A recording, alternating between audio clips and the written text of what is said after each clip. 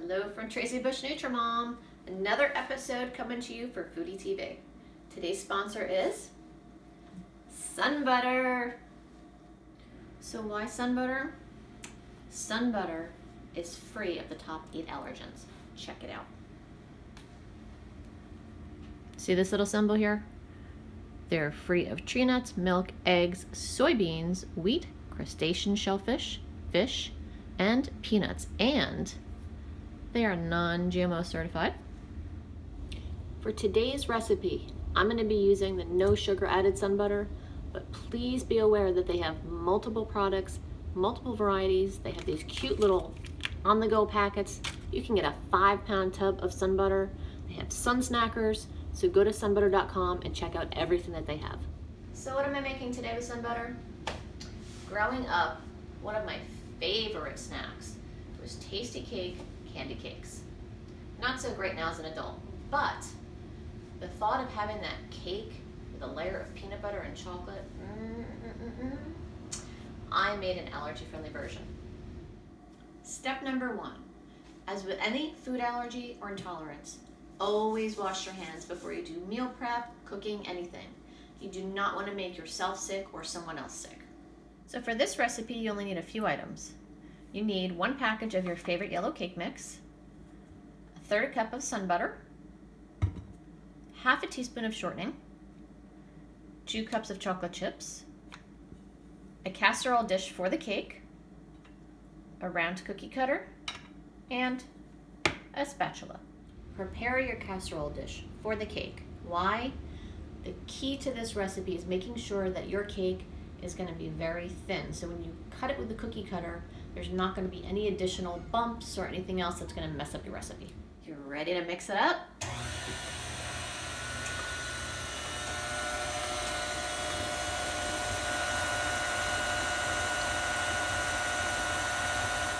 And pour into your prepared glass dish.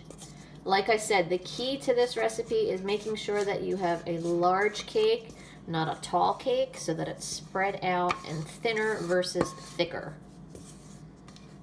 Now is the best and worst time. Why?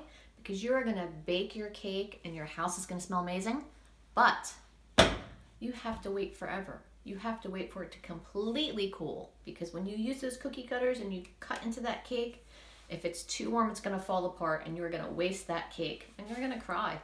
All right, cake is in the oven. Now we just have to wait.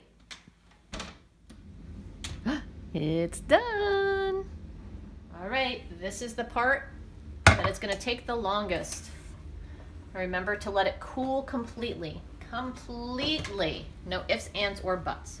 So the cake is completely cool. You know what that means? Next step, cake circles.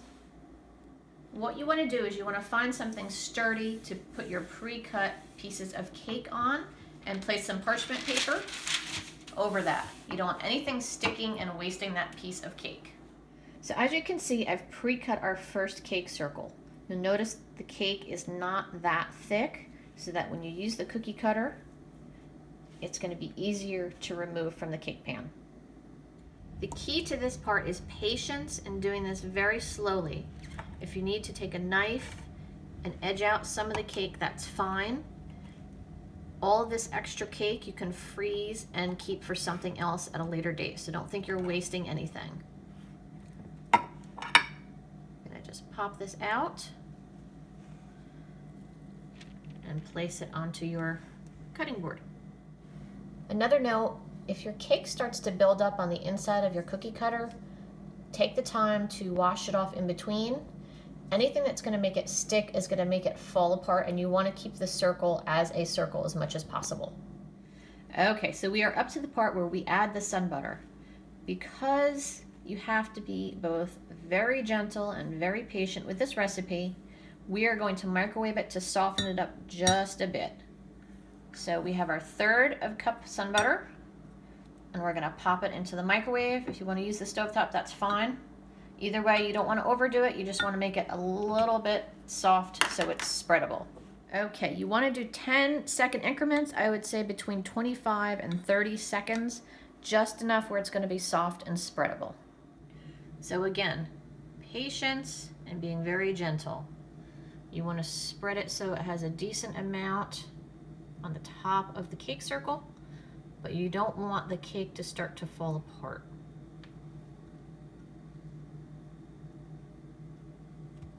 If it drips over the side, that's fine.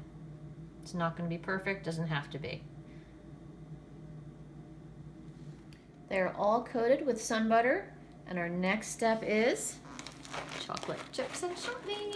Chocolate chips. You want 2 cups of chocolate chips in a small saucepan. You do want to make sure the saucepan is wide enough so that you can get a slotted spoon in here when you're covering the cake circles, and a 1/2 teaspoon of shortening.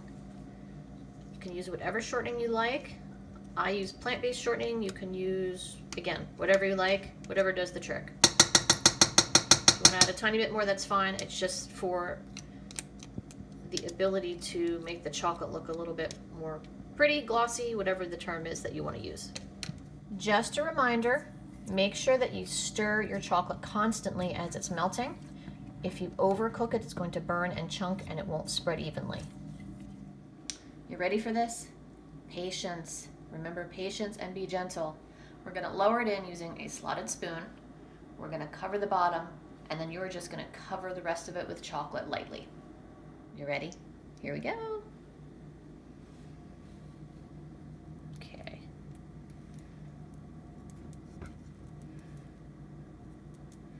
It's not going to look pretty while you're doing it, but it's going to be fine when it's done, and it's going to be delicious. Make sure you drizzle the chocolate on the top. Just kind of spread it around. It doesn't have to be super thick. The key is being gentle and patient. I cannot stress that enough. So it's covered. And you're going to take your slotted spoon. Let some of the excess drip off a little bit. Not that too much chocolate is a bad thing, never ever.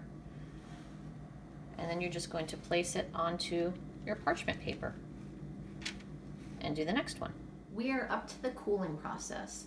You can leave them out on the counter, or if you want a faster cooling, you can stick them in the fridge or the freezer.